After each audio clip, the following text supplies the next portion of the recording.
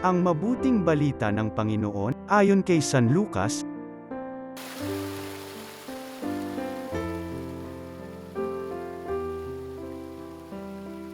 Nang nalalapit na ang panahong iaakyat si Jesus sa langit, ipinasya niyang pumunta sa Jerusalem.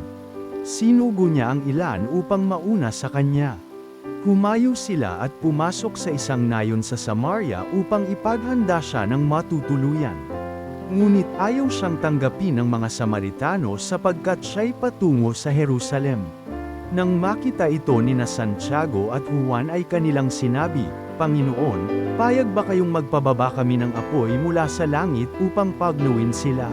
Ngunit bumaling siya at pinagsabihan sila, "Hindi ninyo alam kung anong uri ng espiritu ang sumasa inyo," sabi niya, "sapagkat naparito ang Anak ng Tao hindi upang ipahamak ang mga tao kundi upang iligtas sila." At nagtungo sila sa ibang nayon. Ang mabuting balita ng Panginoon.